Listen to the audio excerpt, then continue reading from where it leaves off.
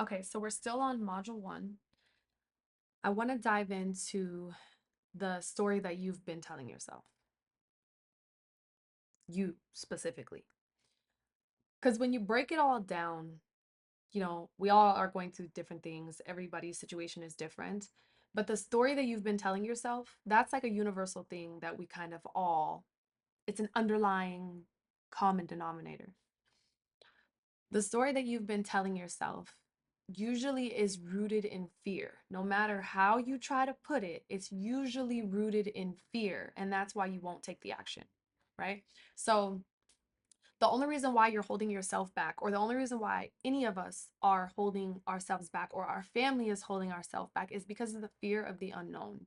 So maybe your mother is terrified for you to go out of school or to go to school out of state, whatever, but that's because she's scared of what's going to happen. She might be scared of the disconnect. She might be scared of you finding a new mother figure, whatever, right? She might be scared of you sleeping with men, whatever the case may be. Something in it is fear.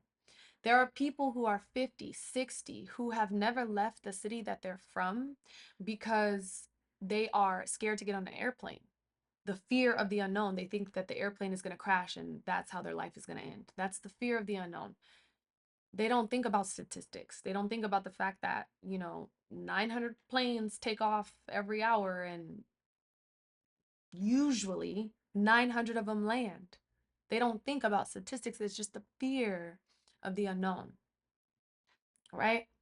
And I get it. It's terrifying for everybody. Everybody is scared of the unknown. The difference between successful people and people who end up usually disappointed later on in life with themselves is I'm scared, but I'm more scared to be exactly where I am today. It's definitely scary to try something new and to do something new, but it's even more terrifying to stay exactly as you are. So, they end up waking up in the same cycle for 5 years or 10 years, and then that pattern or that same problem or the same loop, the only thing that changes is they just get older.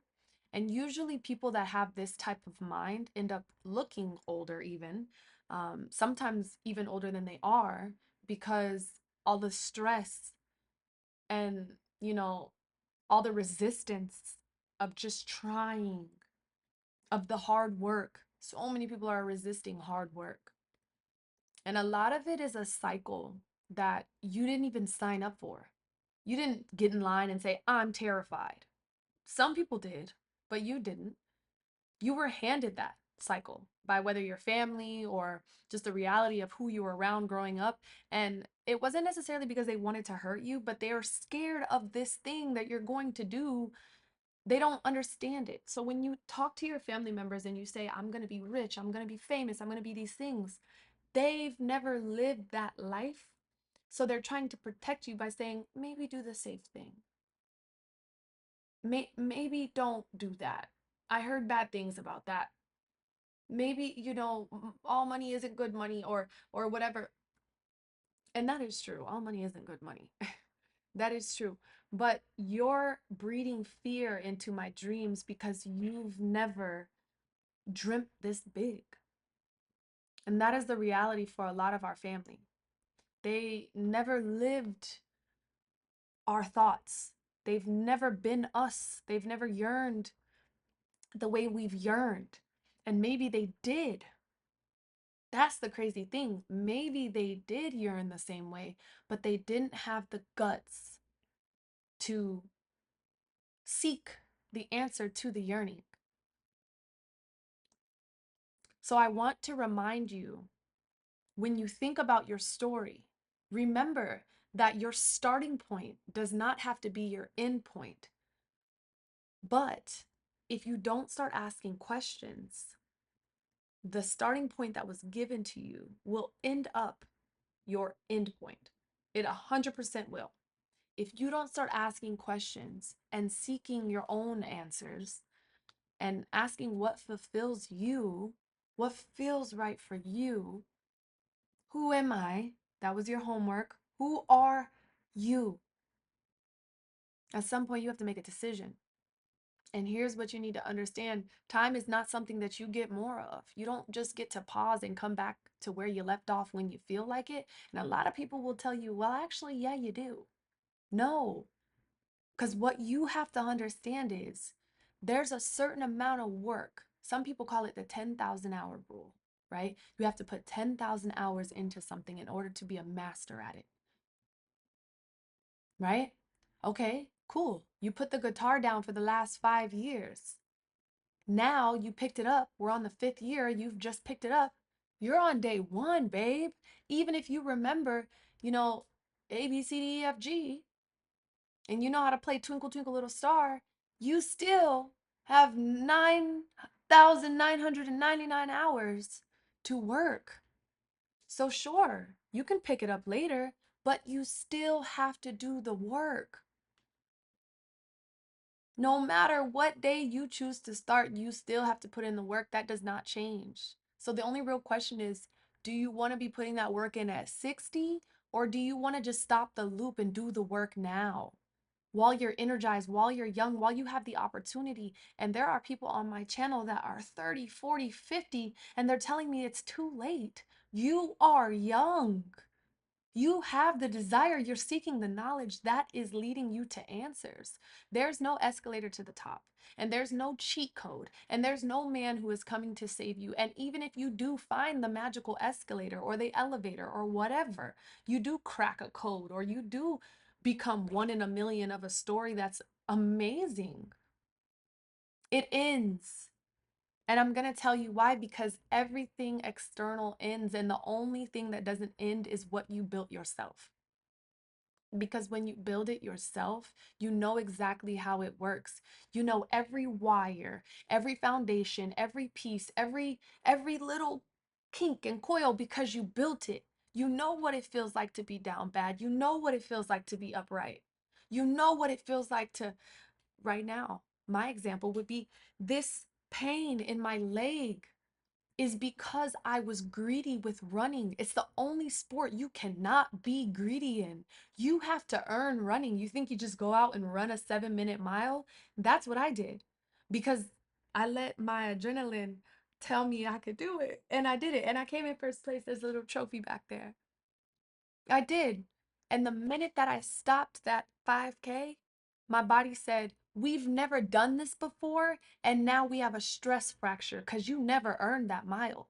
You should have been running an 8-minute mile and a 9-minute, an 8-minute, then a 7-minute. But you were greedy. You didn't go to practice. You just showed up and signed up for a race day. And now look, you had to learn the hard way. Now I got to sit out for 3 months. And how do you think I feel about that? I feel like a failure.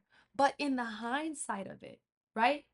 In in looking at the big picture, I see what happened. Most people won't even do the reflection. I did not earn the right to say I ran a 7-minute mile. That is impressive. Go ask anybody in the running industry. 7 minutes? She's cooking. She's eating right now. I was greedy. I put way more on my plate than I should have. And it's okay to push yourself sometimes, but you have to understand there are consequences when you try to jump in a place that you don't belong.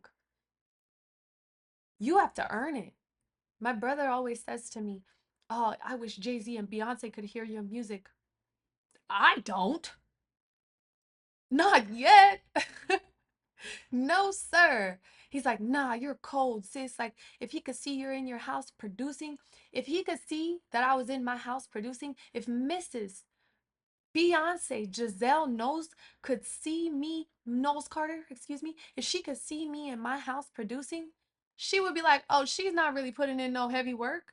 I'm only putting in heavy work to somebody who's not putting in any work. I've been making music since January of 2016, I think is when I released my first single. And I have not put in 10,000 hours of production time. If they saw me make a beat, they would ask whoever brought me to them would be fired. And I'm being honest. There are things I'm wonderful at. Now, if she asked me to be her trainer, I bet I could whip up some because I put in the work there. But you talking about music? I don't deserve that yet. I have to do a lot more work, and I can't do that work because I don't make money from that work. So I got to focus on making money. But in my spare time, I could be doing things like producing. That's just not the season I'm in right now. So I hope that you understand the correlation. I hope you don't think I veered off too much. What I'm saying is you have to earn the room you want to be in. There isn't a man coming to save you and to buy you a Lambo truck. And just know, if for some reason God does send that to you, he will take that car back. You think that man didn't put me in a Cullinan? I ain't seen that Cullinan since. It's gone.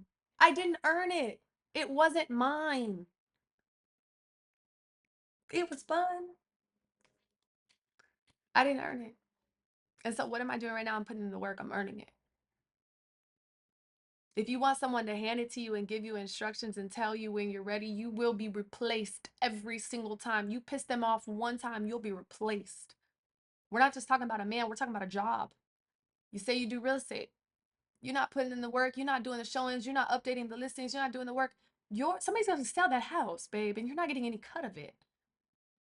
You need to do the work. And this is the part probably nobody really wants to say out loud, but I believe that just because you're a good person does not mean that you will win. I genuinely believe those two things are not connected. Being a good person and winning are not connected. You want me to give you an example? Okay, I'm not saying that name, but if you catch me, look at me again.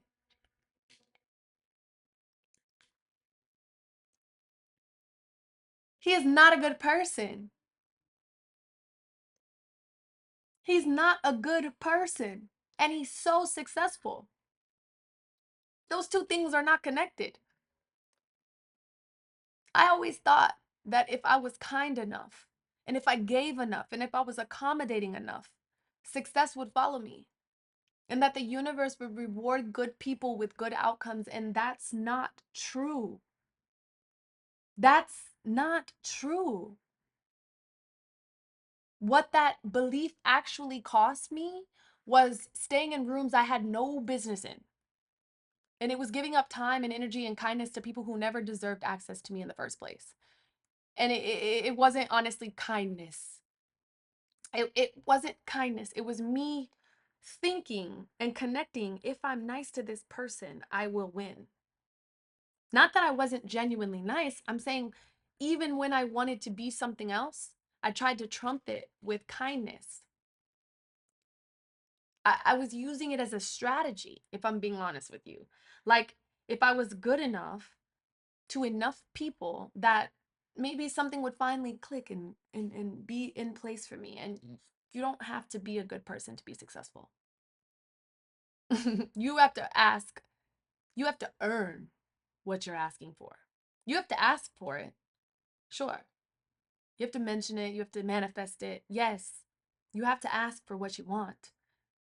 But then you got to get up and move your feet and earn what you're asking for. Those are two very, very different things. You can save the cat from the tree.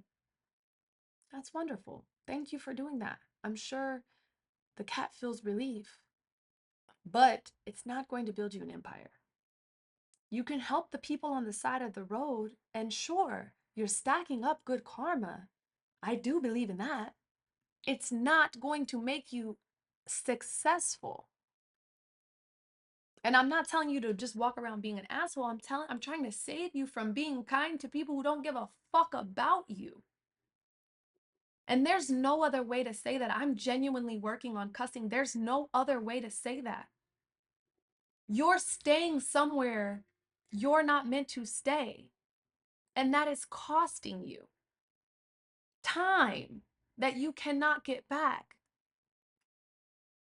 And you're not going to stop the wrong people from staying in your life for longer than they should if you're too wrapped up in trying to be a kind person. I want him to think I'm sweet. He doesn't even think. It's not going to stop the wrong people from taking advantage of the space that you keep leaving open for them.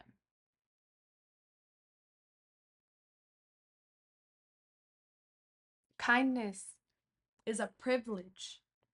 And though I do believe that you should be a kind person, and I am a kind person.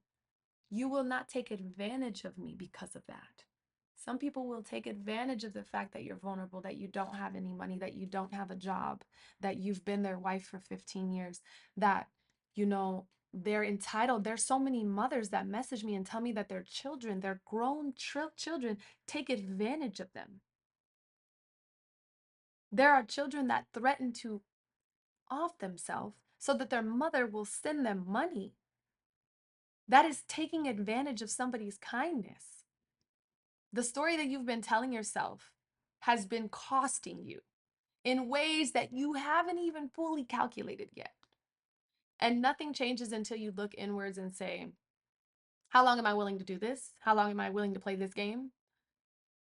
And that's what this module is about. It's not about motivation or a pep talk. Like I always say, the truth is, who are you? And what decisions have you been making that have been stopping you from becoming who you really want to be? Who you actually are that you're covering up. I love you. I'll see you in the next one.